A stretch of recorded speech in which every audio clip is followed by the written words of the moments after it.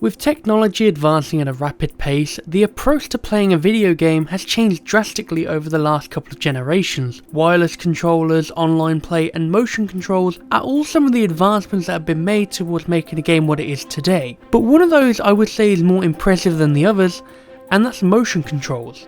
Originally being brought into the mainstream thanks to things like the Nintendo Wii and the iToy, the concept was to get the player more involved physically when playing a game, compared to just sitting down on the sofa and using a controller. But there was always something missing, something that was there but due to restrictions there wasn't enough of. And that's immersion. Immersion is one of the most key aspects to a lot of video games today, whether it's attempting to get the adrenaline pumping with a fast-paced rapid action game, or wrapping you into the key role of a grand story giving you the tools and the abilities to choose the outcome you would personally want in that reality. But at the end of the day, you're still looking at a TV screen. Sure, you can forget what's going on around you, but you'll never truly feel like you're part of the world. Or at least that's how it was, until 2012. My name is Paul Merlucky, and I'm a virtual reality enthusiast and the designer of the Rift. So I recently had a chance in person to check out the Oculus headset, and needless to say, I'm a believer. Well, I gotta say, I just tried the Oculus prototype, and it was such an immersive, amazing experience that we pretty quickly, like within an hour, decided to get behind this project. It looks incredibly exciting. If anybody's going to tackle these set of hard problems, we think that Palmer's going to do it. In 2012, Oculus launched a Kickstarter that introduced a more mainstream concept of what we know today as virtual reality, whether that's from an Oculus Rift, HTC Vive, Windows Mixed Reality, or the more impressive Valve Index. You know, unless you count the Virtual Boy back in 1995, but I don't think red sprites on a 2D screen really count.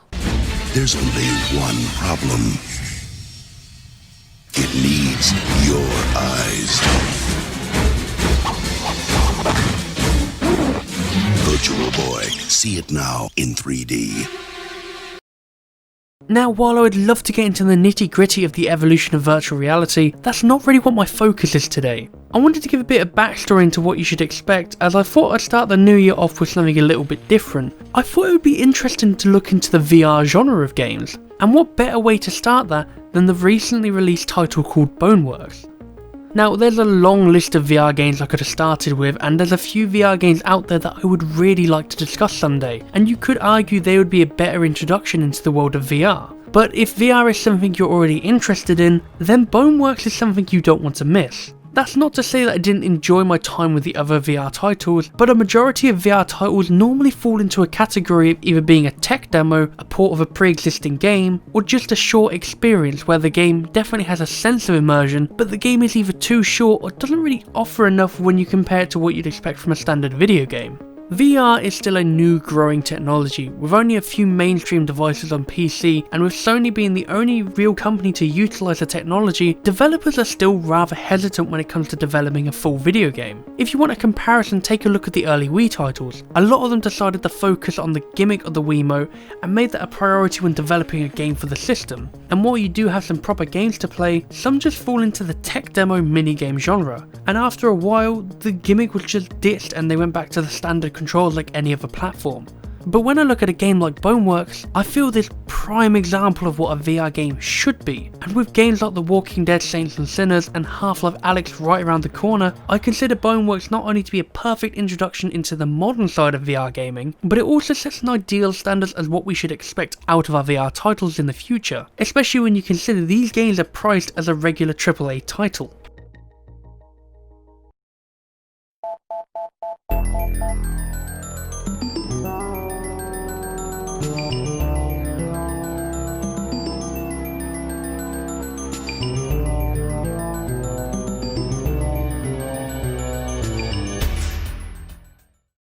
Boneworks is a first-person shooter set in the virtual operating system called MythOS, an operating system that is used to create the world you play in. Basically, it's like this massive virtual world which hosts a variety of different locations similar to something you'd see in a more social-like game. When booting into the campaign of the game, you start off with a little introduction of yourself getting prepared to step into the virtual world, but prior to this you'll notice that your players barricading themselves into a room before putting the headset on. Upon booting into the game you'll get a brief introduction into how handling objects works in this game, before moving on and ending up in a museum. This museum basically shows off the history of VR, showing off a sort of accurate representation of the developments in virtual reality, showing off the restraints we've faced over the years, the improvements we've made, and also a slight history into the different controllers we've had, and also the original method of movement. For someone who's quite keen on new technology, it was a nice addition to see them actually take time and point out the pros and cons of VR in a small representation of what you'd expect from a technology museum. There's nothing groundbreaking about this area, but it's definitely a nice touch. So something you may have noticed from this museum alone is that everything seems a bit empty. And you're exactly right, this virtual world should be brimming with life. But it isn't.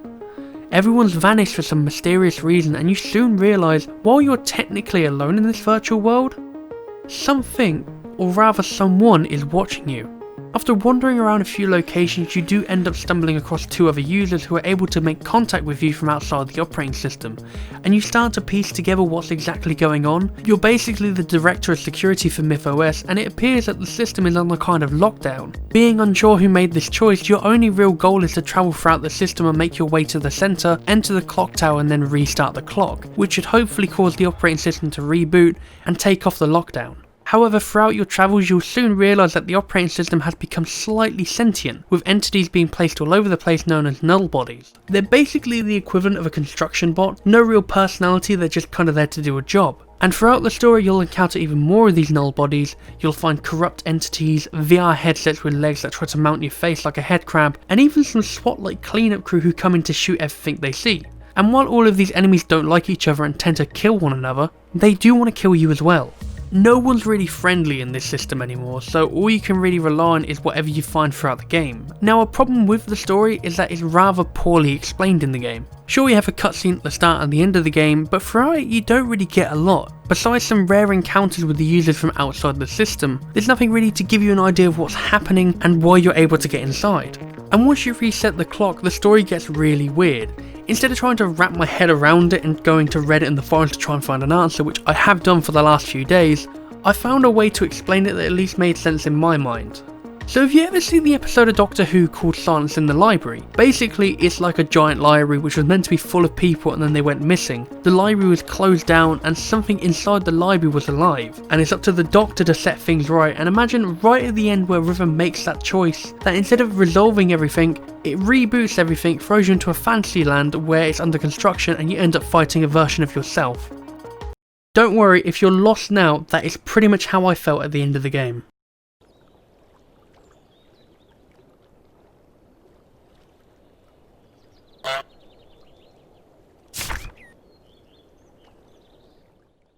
Boneworks contains a total of 3 game modes: the campaign where you make your way throughout MythOS to restart the clock, and then 2 other unlockable game modes which you can obtain throughout the game. The first being an arena where you can survive for as long as you like trying to shoot down everything the game throws at you, or a sandbox mode where you can play around with all the items you found throughout the game. At the end of each level you'll find a recycling station where you can drop off all your items, before loading into the next level, as anything you try to carry excluding ammo doesn't actually load into the new level. So throwing it into the recycling station not only destroys the weapon, but it also throws it into the sandbox room for you to play around with later. That's not the only thing you can recycle though, as Boneworks is riddled with secrets for you to find. While the game has a semi-linear structure to it, so you know where you're going, there's multiple occasions where the game provides you the option to take a different direction. And pretty much every time there's a secret to find. It could be a special weapon or a piece of equipment, or sometimes it's a little capsule which contains a little entity for you to use in the sandbox. So just pick it up, whack it in your inventory, and then recycle it at the end of the level. And once the game's saved, you can then play around with it to your heart's content in the sandbox. I think out of the 3 game modes, the sandbox is most interesting to me, as it gives you the tools to pretty much play around with everything the game has to offer, and in a weird way, it's kind of like the VR equivalent to a level maker. So perhaps workshop support is something this game might have later on down the line. Unlike most games where you can just walk or teleport around everywhere, Boneworks keeps you restricted to a more realistic approach. Since in this game you have a full player model at your disposal, you'll be restricted to move around areas like you could if you were actually there. So if you're used to trying to move your head about to jimmy your way into an area you shouldn't be able to get to, or attempting to grab an item through a wall, Boneworks won't allow you to do it unless you really try to break the game. And it can make things slightly irritating when trying to go through doors or climbing up and down things, but once you get a better understanding on how things work, you'll be able to pull off some stupid things, like hanging onto a ledge via the ends of a sledgehammer and then attempting really badly to pull yourself back up, or using crowbars to climb a ladder. Yes! Now, while having a more in-depth physics system for Boneworks is impressive, it does have a rather large drawback which ends up turning into a bit of a make or break situation for a lot of players. In Boneworks you don't actually have the ability to teleport around anywhere, which for a majority of VR players, this is the more preferred way of transport as it doesn't give you much motion sickness. However, in Boneworks you only have locomotion, meaning a lot of people can't really experience this game without taking regular breaks, which can really break the pace of the game, especially with the rather poor saving and checkpoint system in place. Normally in a game where you quit, you'd just expect it to save you there so you can carry on next time you boot it up, right? Well, for Boneworks it's a bit of a yes and no situation. Yes, the game does save your progress so you don't lose any ammo, but you lose the progress you've made in the level, meaning you have to start the entire level all over again. So again, for people who aren't really comfortable with locomotion, you can't really have a long play session in VR. Now thankfully for me, I don't really suffer from motion sickness, hence why I can look directly down when falling from a high distance. But it could also be due to how I pretend to walk when I'm moving in VR. And yes, I do look like a twat doing it. Now I do recall reading that the developers were attempting to add a better save system that's going to be implemented someday, but due to how all the physics in this game work, I don't know how long that's going to take, and it sounds like it's going to take a while. I think they have a workaround in place, but I'm not really entirely sure if this works. So if you think it could affect you, I would highly recommend checking the forums prior to buying this. Speaking of physics however, that's one of the more prominent parts of this game, as detail is all over the place. Items you can interact with have a more significant amount of weight to them, meaning that you can't just pick up anything with one hand and run with it. You'll actually need to bend down properly and grab it, then pick it up slowly just like you were picking up a heavy box in real life. This same rule applies with certain melee weapons as well, as you'll have a mix of both one-handed and two-handed weapons alongside anything else you can pick up in the game. But when it comes to two-handed items, you really need to put that effort in for the swing for it to do any real damage. Otherwise you kind of just tap them as the weight of the item just causes your hand to flail about slightly. A nice little feature when it comes to the melee weapons as well is that depending on the controller you're using,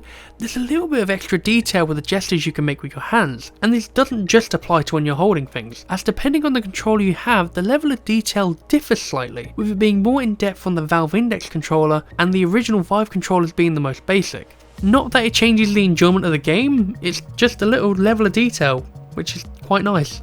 With firearms in this game you have a mix of pistols, SMGs and assault rifles. All of them work really well and honestly feel great. They're not as detailed as a game like H3 VR, but there's enough there to get you into the mood when playing around with them.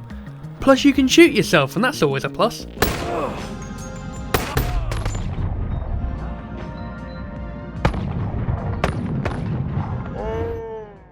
My only gripe with the firearms in Boneworks is the lack of variety in them. Sure, you do have a couple of different pistols and SMGs, but where are the rifles? Where are the shotguns? Shotguns would feel amazing in Boneworks, especially towards the end of the game, but at the moment you're so restricted with the weapons and it's just a bit disappointing. I'd have loved a bit more variety to them. But it's not all bad though, because being this is a physics game, you can imagine they have some special little weapons for you to play around with. Like for example, Boneworks has the equivalent of the gravity gun from Half-Life 2. It takes a bit of time getting used to, but it ends up being a lot of fun. And there's a few more weapons you'll find throughout the campaign as well. While you don't really get to use them all the time, they're placed frequently enough for you to enjoy them. Plus at certain points in the level, you'll find a vendor that has various items for sale which you can buy with spare ammo you've collected throughout the game. The only issue I have here though is that you can only pay with the ammo from the last gun you used. So for me, I end up paying with a lot of my pistol and SMG ammo, and sometimes I might not have enough for it and I can't just swap out to my rifle ammo unless I already had a rifle in my holster to swap the ammo out. Overall though, the gameplay in Boneworks is pretty solid. Obviously having a full player model in VR can take a bit of time to get used to, but after some time with it you'll forget about the restrictions and end up having a ton of fun. You get to be creative with certain stuff, and especially with all the secrets in the game, this is a game you'll keep coming back to.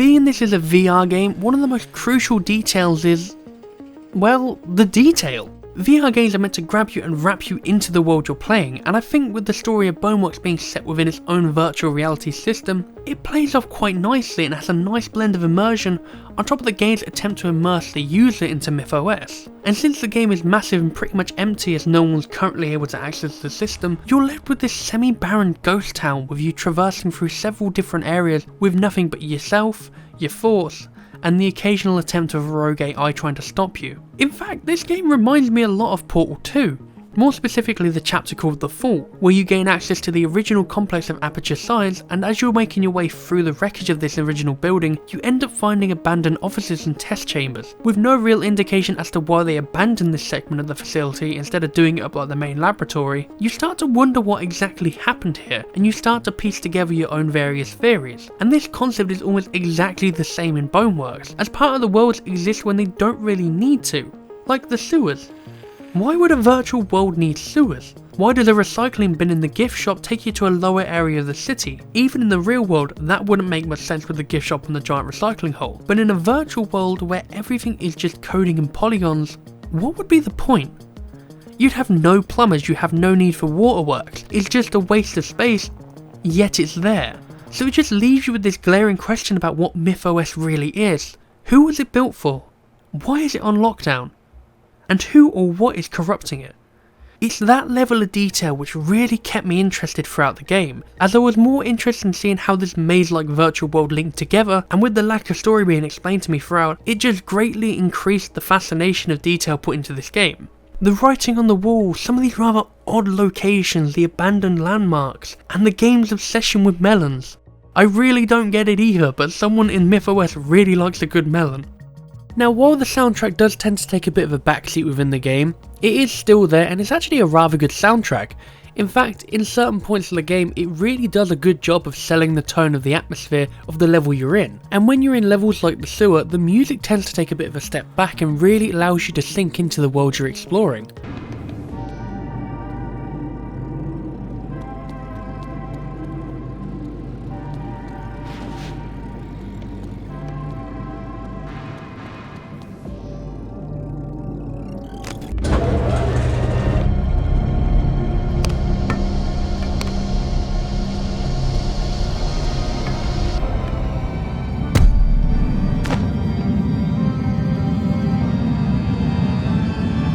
Or you could just say fuck it and pick up a radio. In most of the levels you'll end up finding a working radio which you can equip on your holster, and it plays a really catchy song on loop called Pick It Up, which sounds awfully similar to On My Way from Ice Age.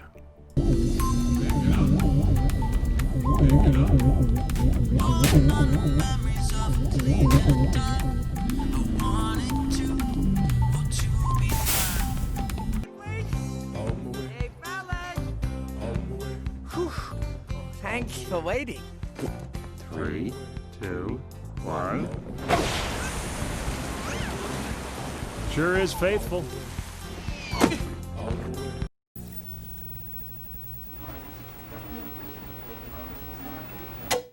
So I went into Boneworks expecting this to be a fun little shooter with some nice homages to earlier Valve titles, as it's definitely obvious that they've been inspired by it.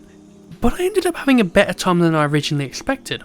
While I don't really agree that we should have player models as a standard for VR titles, it definitely made the game stand out more compared to other titles that I've played a lot on VR. I'm a massive fan of new technology and I've had a VR headset for a couple of years now, and while I've found a few games over the years that I really enjoy playing, Boneworks has definitely left a lasting impression on me to a point where I keep going back with it just to play around with the arena and do stupid shit. Boneworks is a remarkable VR title. It's not a perfect game, but it's definitely a very good game at least. It shows the possibilities we already have with VR, and it definitely sets a good stepping stone into what we should be expecting from future VR titles. So if you have a VR headset and you're looking forward to games like Life Alyx, then Boneworks is a perfect game to introduce yourself into what VR can be.